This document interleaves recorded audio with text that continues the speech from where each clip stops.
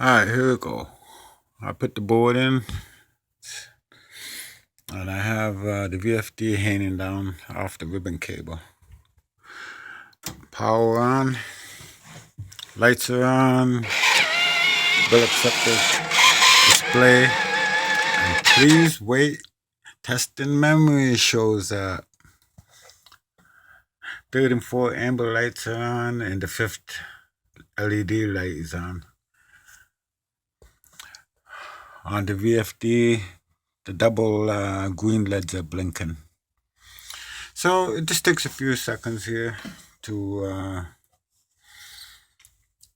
boot up. When the VFD is booted up, those LEDs will go out. Every time the VFD changes a message,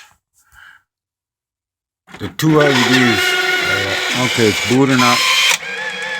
A lot of things are happening at the same time. But basically, this board works.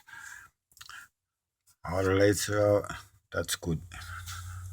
It's ready to take a bill. All I gotta do is put this game together.